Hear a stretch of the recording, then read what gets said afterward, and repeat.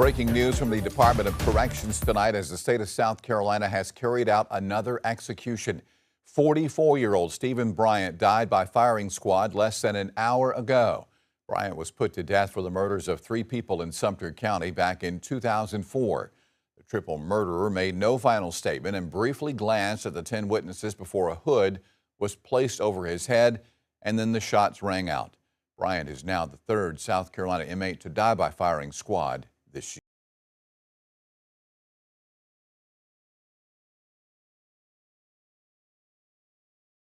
It was a message so chilling, so cryptic, that investigators were left questioning their every move. Written in blood on the wall of a murder victim's home was a simple yet haunting sentence. Victim 4 in 2 weeks. Catch me if you can. The killer had just claimed his second victim, an elderly man whose life was violently taken in a home invasion. And yet the man behind the blood-stained walls had already begun his countdown. This wasn't just a murder spree. This was a game, a twisted challenge that no one could seem to stop. And on October 13th, 2004, after his 3rd kill, the authorities were closing in on him. Who was this man? What kind of monster leaves such a message behind? And why? As the clock ticked down with every passing day, the authorities struggled to understand how someone could be capable of such cruelty. But the game was far from over. What led to this? What made this man, the seemingly ordinary Stephen Corey Bryant, decide to take such a dark and twisted path? How did he become the monster who would terrorize an entire town, leaving behind nothing but death and taunting messages? Welcome to Fatal Verdict. In today's case, we're diving into the chilling and violent story of Stephen Corey Bryant. From brutal murders to a taunting message left in the blood of his second victim, Bryant's case shocked the nation and raised serious questions about justice, punishment, and the mind of a killer. Don't forget to hit the subscribe button and let us know where you're watching from in the comments. We'd love to hear your thoughts. Now, let's get into it. Stephen Corey Bryant was born on April 12, 1981. In South Carolina, into a life of hardship. Raised in a small rural community, his early years were shaped by a series of personal and family challenges that would later come to define his tragic story. From the very beginning, Bryant's life was marked by instability and neglect, factors that would profoundly affect his development. Exposed to drugs and alcohol before birth due to his mother's addiction, Bryant faced early obstacles that many children could never overcome. The impacts of prenatal drug exposure are well documented and often lead to lasting cognitive and emotional struggles. And in Bryant's case, this early trauma was a major factor in his later psychological issues. However, this was only the beginning of a long and troubled journey. Bryant's childhood was marred by neglect and dysfunction. His family life offered little support or structure, with emotional neglect often compounded by his mother's ongoing struggles with addiction. As a result, Bryant grew up in an environment that provided few opportunities for healthy development. Though he faced considerable challenges, there were no interventions to help guide him, leaving him vulnerable to deeper issues that would only manifest as he grew older. While much of his early life remains a mystery, the court filings suggest that Bryant experienced significant trauma. His defense team claimed that childhood abuse, possibly stemming from his family life, was one of the factors that contributed to his downward spiral. However, the full extent of this abuse is not clear in the public record. As Bryant matured, the psychological scars from his early life began to surface. His emotional instability and violent tendencies became more apparent as he entered his teenage years. Though he began to exhibit troubling behaviors, his actions were often dismissed as mere rebellion, signs of a troubled youth rather than the early indicators of the violent individual he would soon become. By the time he reached adulthood, Bryant's internal turmoil had fully manifested. His life, shaped by neglect and a series of failed interventions, had led him to a breaking point. It was at this stage that he began to commit crimes, and soon the violence he had been harboring for years would explode into a deadly spree. No one could predict that this seemingly troubled young man, burdened by the trauma of his past, would go on to commit some of the most brutal and senseless murders South Carolina had ever seen. His upbringing, a combination of neglect, abuse, and emotional scars, played a key role in shaping the path that led to the horrific events of 2004. Bryant's story is a tragic reminder of how untreated trauma can lead someone down a dark and dangerous road, one that, for him, would end in violence. The events that would soon unravel in Sumter County, South Carolina, began on October 5th, 2004, with what seemed like a simple burglary, a crime that, on the surface, appeared insignificant. But for Stephen Corey Bryant, this was the first step on a path that would lead to unimaginable violence. On that day, Bryant committed his first crime, a break-in at a residence in the rural area of Sumter County. Among the stolen items was a firearm, a seemingly small piece of the puzzle, but one that would prove to be crucial in the horrors that were about to unfold. With the firearm in his possession, Bryant began to plan his next move. He wasn't just stealing, something darker was taking shape inside him. The tools of violence were now in his hands, and the course of his life would soon take a fatal turn. It wasn't just about petty theft anymore. It was the beginning of a dangerous and deadly escalation. Just days later, on October 8th, 2004, Bryant would return to the scene of his criminal activity. This time, he broke into yet another home in Sumter County. He stole more items, but there was a distinct difference now. A shift in his behavior. It was no longer enough to simply take things. His actions were becoming more erratic, more violent. On this day, he would shoot Clinton Brown, a man he encountered during the second burglary. Brown was left badly injured, but miraculously survived the attack. Though he lived, the trauma of the shooting would stay with him forever. But for Bryant, the violence was only beginning. It wasn't until October 9th, 2004, that Bryant's crime spree would truly transform. What started with burglary and attempted murder would now cross a line from violent theft to murder. That day, Bryant would claim his first life. Clifton, Dale, Gainey. This was no longer an isolated incident or a random crime. The shift had happened. Bryant was no longer just a burglar. He was now a killer. What followed was a terrifying sequence of events, each more brutal and cold-blooded than the last. What began with the theft of a firearm and petty items had turned into a spree of senseless violence. Bryant's actions were becoming more reckless as he grew bolder, more dangerous, and more determined to push his boundaries.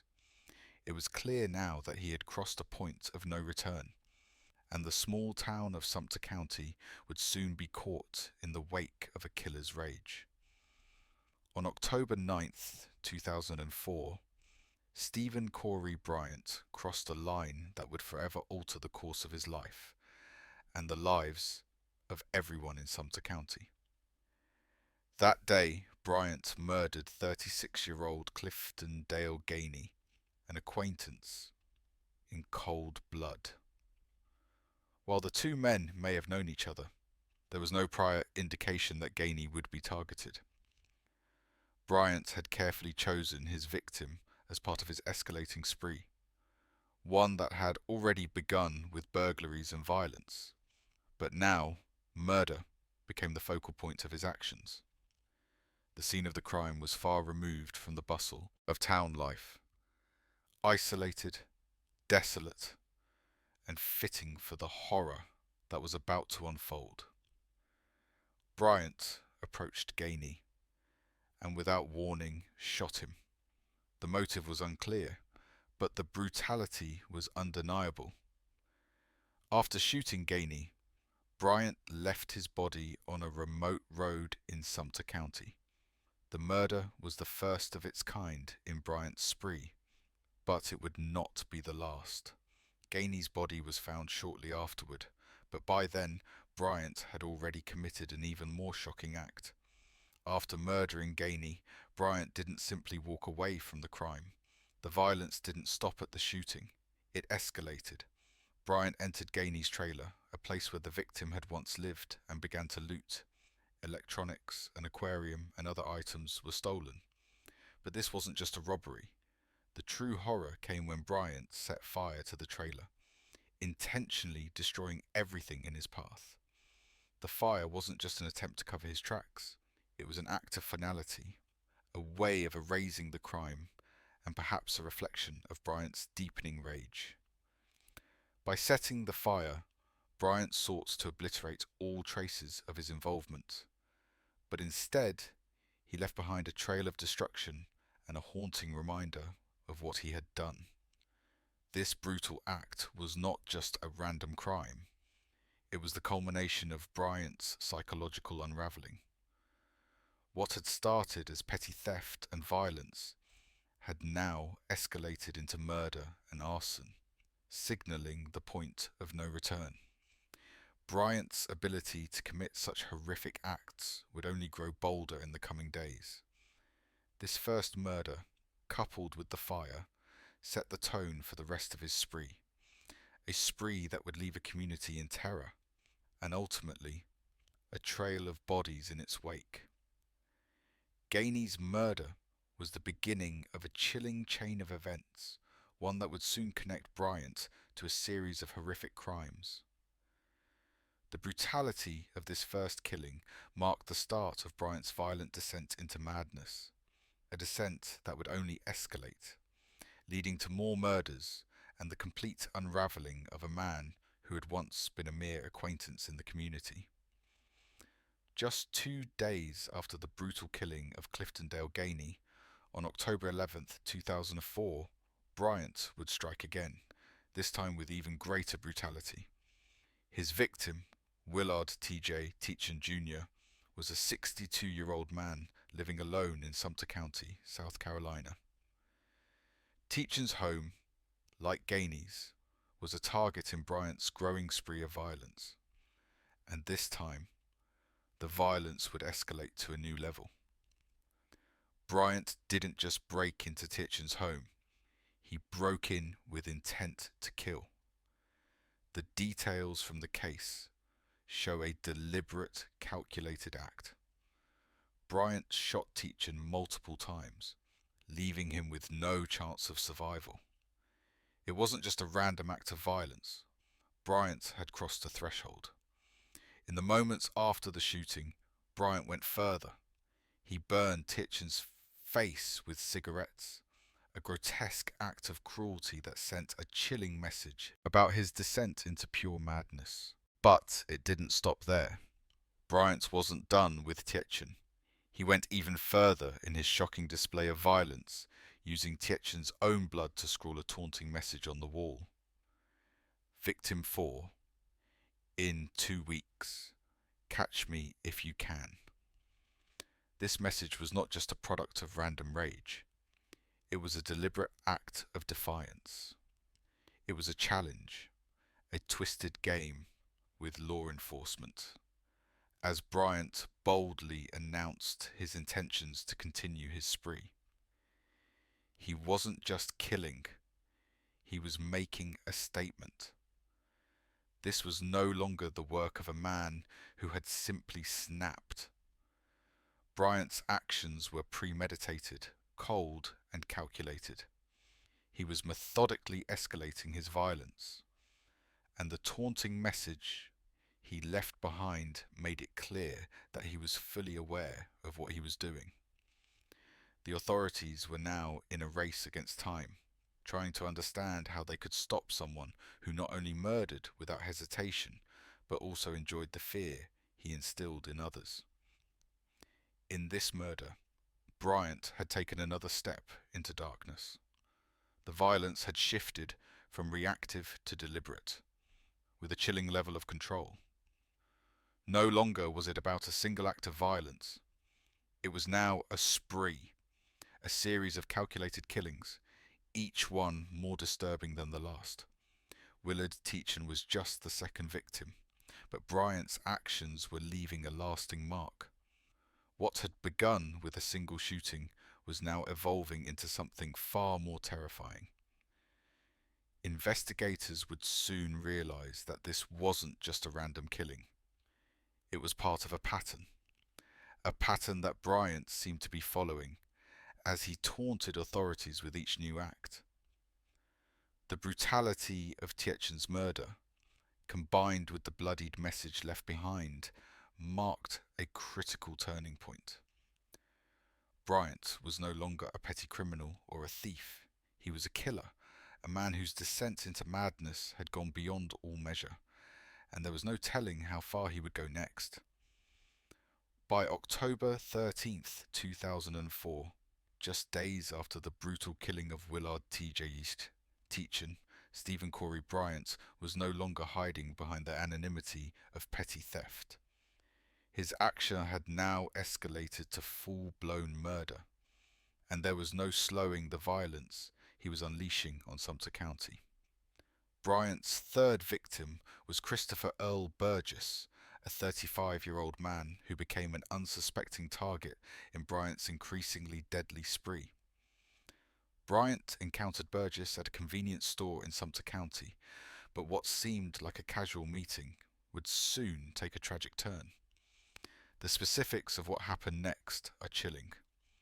Bryant shot Burgess. There was no sign of struggle, no warning, just a sudden and brutal attack. The murder was swift, and just as quickly as he had taken Burgess's life, Bryant left the scene, abandoning the body in a desolate rural area of Sumter County. The police, now fully aware of the escalating violence, were already in a race against time to stop the killer. Bryant was moving with terrifying efficiency, each murder more brutal than the last, and the clock was ticking. His first two victims had been left with signs of extreme violence, but Burgess was simply abandoned, left on a remote road to be discovered. This pattern of abandoning bodies in isolated locations and leaving the authorities to piece together the evidence made Bryant's killing spree all the more terrifying. As Bryant moved onto his third murder, the investigation into his crimes heated up. The police were doing everything they could to track him down, but Bryant's ability to stay ahead of the authorities seemed to be growing with every murder. By the time the body of Christopher Earl Burgess was discovered, Bryant had already fled the area, further complicating the investigation. With each victim, Bryant was growing bolder, more reckless, and more dangerous. The murder of Burgess marked a new chapter in Bryant's crime spree, one that showed just how quickly his killings had escalated. What had begun as petty theft and random acts of violence had now transformed into a full-on killing spree, each victim a stepping stone in Bryant's descent into madness. The authorities were beginning to realize that they were dealing with a serial killer, but it was clear that Bryant was a step ahead, and catching him would require more than just routine police work. As the investigation heated up, the pressure on law enforcement mounted. With 3 murders in less than a week, it was evident that Bryant's violence was escalating at an alarming rate. He was no longer just a random criminal. He was a cold, calculated killer whose spree showed no signs of stopping. The fear in the community grew, and the authorities knew that if they didn't act fast, more lives would be lost. Imagine if, during the investigation into Bryant's killings, a witness came forward claiming to have seen someone else at the scenes of the murders, casting doubt on Bryant's sole involvement. What if it turned out that Bryant had an accomplice who was never caught? How would that change our understanding of his crime spree? And how would law enforcement handle this new twist? The possibility of a second party involved raises all sorts of questions about how the case could have unfolded differently. As the body count rose and Bryant's killings became more brazen, the pressure on law enforcement intensified. The small town of Sumter County, South Carolina, was on edge, each murder casting a shadow of fear over the community. Investigators were racing against time, struggling to connect the dots between each brutal act of violence. The police were stumped by the eerie, taunting message left behind in Willarton, TJ. Tietjens' blood, a message that seemed to mock their every attempt to catch the killer. The phrase, "catch me if you can," was not just a statement, it was a challenge, an invitation for the authorities to play a game they were losing. The murder spree that had begun with petty thefts had spiraled into a full-scale killing spree, leaving a trail of destruction, and with each passing day, Bryant's confidence seemed to grow. His actions were no longer motivated by desperation or fear. Instead, they were driven by a chilling sense of control. He wasn't just evading capture, he was flaunting his ability to outsmart the law. His game was escalating, and so was the investigation into his crimes. But, as is often the case in the darkest of stories, Bryant made a critical mistake. The police had closed in on him, following a trail of evidence that was slowly tightening around him. On October 13th, 2004, Bryant would commit his final murder, his third victim, Christopher Earl Burgess. But on that very same day, the authorities were ready. They had tracked him to his girlfriend's house in Sumter County, where, in a moment of vulnerability, Bryant's reign of terror came to an abrupt halt. The manhunt, which had gripped the town and sparked a flurry of frantic police work, was over. Bryant's capture was swift and final. He was arrested, and just like that, the nightmare that had haunted Sumter County for days came to an end. But the investigation didn't end with his arrest. It had only just begun. The police now had to piece together the full scope of his crime spree, uncover the motivations behind his horrific actions, and prepare for the legal battle that would follow. The community may have been relieved to see him behind bars, but the real work of understanding the mind of a killer was only starting. As Bryant sat in a holding cell, the authorities began to unravel the twisted web of his crimes. His capture may have brought a sense of closure to the town, but the full extent of his brutal actions was still being revealed. The investigation had just begun, and the chilling details of his spree would soon come to light, leaving investigators and the world asking the question: what drove this man to kill, and how did he manage to avoid capture for so long? The trial of Stephen Corey Bryant was a long and drawn-out affair, a legal battle that stretched over years of procedural delays, appeals, and courtroom drama. After his capture, Bryant was formally charged with the murders of Clifton Dale Gainey, Willard T.J. Tietjen, and Christopher Earl Burgess. The case quickly became a matter of intense public scrutiny, as the horrific nature of his crimes shook the community to its core. police had caught the killer, but the real challenge was yet to come, seeking justice for the victims and their families. In 2008, after multiple legal delays and motions, Bryant finally pled guilty to all 3 murders. The long-awaited conclusion to his killing spree was finally at hand, but the legal proceedings were far from simple. While his admission of guilt meant the case would not go to trial, the question of sentencing remained fiercely contested. The case had turned into a battle over Bryant's mental state, his past, and whether he should face the ultimate punishment for his crimes. Bryant's defense team argued that he had suffered from childhood abuse and brain damage, which they claimed were the results of his prenatal exposure to drugs and alcohol. According to his attorneys, these factors played a significant role in his violent behavior, influencing his capacity for judgment and control. They argued that these mitigating circumstances should spare him from the death penalty. It was a claim that painted Bryant as a product of a tragic upbringing, a man whose actions were influenced by forces beyond his control. However, the prosecution and the court did not accept this argument as sufficient to avoid the death penalty.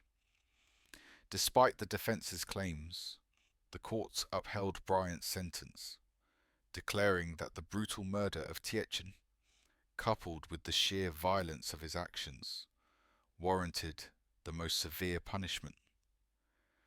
Bryant was sentenced to death for the murder of Willard Tietjen, while he received life sentences for the other 2 murders, ensuring that he would never walk free again. For the victims' families, this decision was both a painful and necessary conclusion. They had endured years of waiting, living with the uncertainty of whether Bryant would be held accountable for his horrific actions. The verdict marked a moment of closure, but it could never fully erase the trauma left in the wake of his killings. As Bryant sat in a courtroom facing his future, the families of his victims were left to pick up the pieces of their shattered lives. Yet the legal saga was far from over. Bryant's defense team immediately began filing appeals and petitions, hoping to reverse the death sentence or reduce the severity of the punishment. They argued that the conditions surrounding his upbringing, his mental health, and his psychological state warranted a reconsideration of his sentence. The appeals process stretched on for years, with each motion adding another layer of complexity to an already convoluted case. As the legal battles raged on, the clock continued to tick on Bryant's time in prison. His fate was sealed by the court, but the years of appeals only prolonged the inevitable. The process, though, underscored a key theme in the case: the relentless pursuit of justice, no matter how long it took. The victims' families, law enforcement, and the public at large were left to grapple with the lingering question of whether Bryant's brutal spree could ever truly be understood or fully accounted for by the justice system. Despite being sentenced to death for the brutal murders of Cliftondale Gainey, Willard Tietjen and Christopher Earl Burgess, Stephen Corey Bryant's legal journey was far from over. The conviction and the sentence to death had not marked the end of the case. Instead, Bryant's defense team launched a prolonged and determined campaign to delay his execution, citing psychological claims and presenting mitigating factors in an attempt to spare his life. Bryant's defense centered around the argument that he was not fully aware of the consequences of his actions due to intellectual disabilities and the traumatic impact of his childhood. The defense team pointed to Bryant's prenatal exposure to drugs and alcohol, a condition that had been established earlier in the case. They argued that these early influences had caused long-lasting brain damage, leaving Bryant with diminished mental capacity. According to his attorneys, this mental state affected his ability to understand the full weight of his crimes, and therefore he should be spared from the death penalty. The defense strategy was clear. They sought to paint Bryant as a man whose violent actions were not the result of a natural inclination to kill, but instead the byproduct of a lifetime of abuse and neglect. They contended that Bryant's upbringing, marked by childhood trauma, coupled with the biological effects of drug and alcohol exposure, had left him with a diminished ability to make decisions and control his impulses. The argument for a delay was based on the claim that Bryant's intellectual impairments meant he could not fully comprehend the gravity of his actions, and this, they argued, was grounds for clemency. As the legal battle dragged on, Bryant's defense team filed multiple appeals in hopes of overturning the death sentence. They argued that new evidence, particularly his psychological condition, warranted a re-examination of the case. But despite these efforts, the courts showed little sympathy.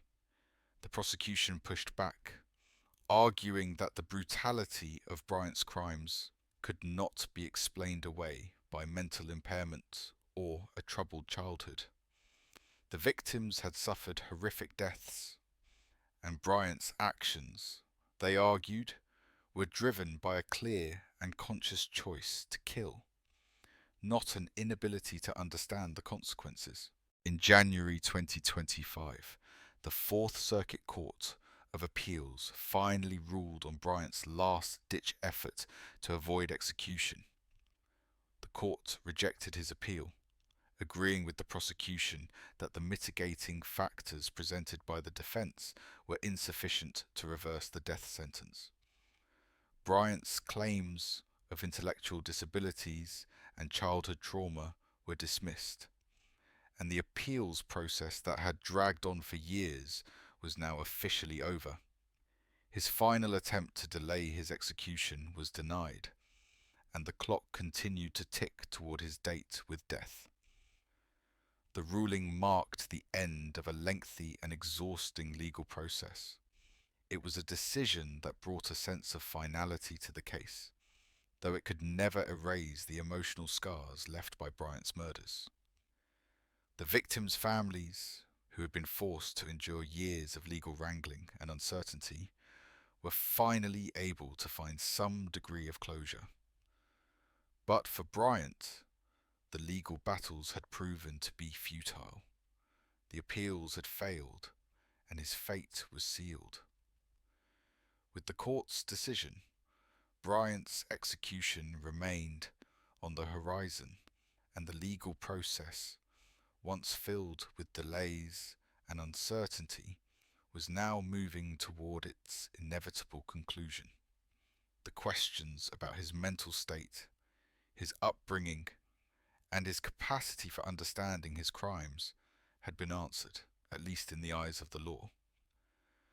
Bryant's case would go down in history, not just as a case of brutal violence, but as one of the many legal battles fought in the courts over mental illness, childhood trauma, and the complex nature of criminal responsibility.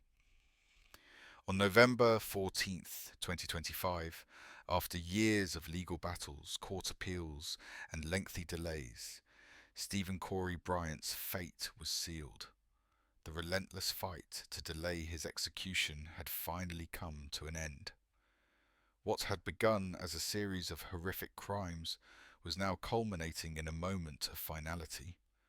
Bryant was about to face the punishment that had been decreed for his brutal murders. For years, Bryant's defense team had sought to prevent this moment, filing appeal after appeal in an attempt to stop his execution. They cited mental health issues, intellectual disabilities, and the trauma of his early life as reasons to spare him from the ultimate punishment.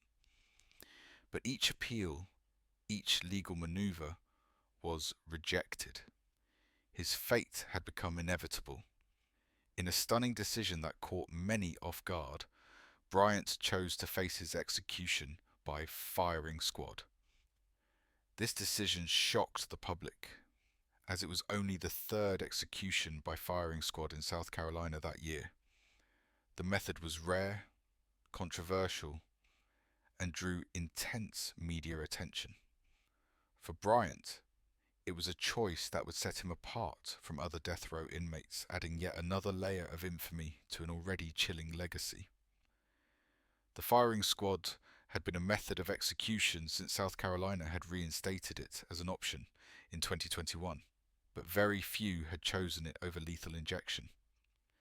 The execution was set to take place at Broad River Correctional Institution in Columbia, South Carolina, a place that had witnessed many deaths, but none so infamous as the one that would take place at approximately 6:05 p.m. that evening. As the clock ticked closer to the moment, the tension in the air was palpable.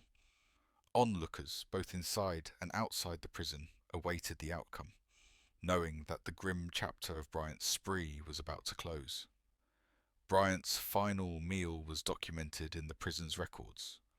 Seafood stir-fry, fried fish over rice, egg rolls, stuffed shrimp, candy bars, and German chocolate cake. It was a meal that, in its simplicity, stood in stark contrast to the horrific actions that had defined his life. In the quiet moments before the execution, as he sat alone with his meal, Bryant's final hours were filled with the looming reality of what was to come. At 6:05 p.m., the moment arrived. Bryant was strapped to the chair, surrounded by the guards and witnesses.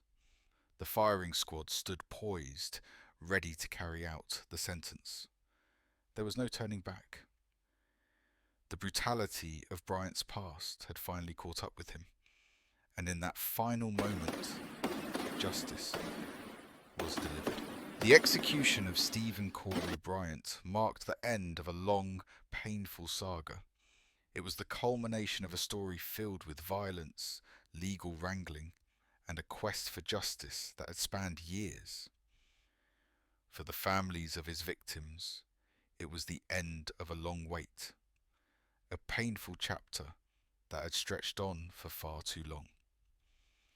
But even in death, Bryant's story raised questions about the nature of punishment, the morality of the death penalty, and whether his fate was truly deserved. The firing squad's grim duty was done, and Bryant's life came to an abrupt and violent end. His death, though the conclusion of one story, would continue to resonate long after the firing squad's shots rang out. Stephen Corey Bryant's case was one of the most brutal and chilling in recent memory, a stark reminder of the darkest depths to which the human mind can descend. His spree of violence shocks not only the small town of Sumter County, South Carolina, but the entire nation. 3 lives were violently taken in a matter of days, and the community was left grappling with the trauma of a killer who seemed to have no remorse, no hesitation, and no fear of the consequences. But beyond the grisly details of Bryant's crimes, his case raises a number of difficult questions that go far beyond the individuals involved. It forces us to confront the complexities of justice, punishment, and the lasting impact of trauma. One of the most striking aspects of Bryant's case was the method of his execution, by firing squad.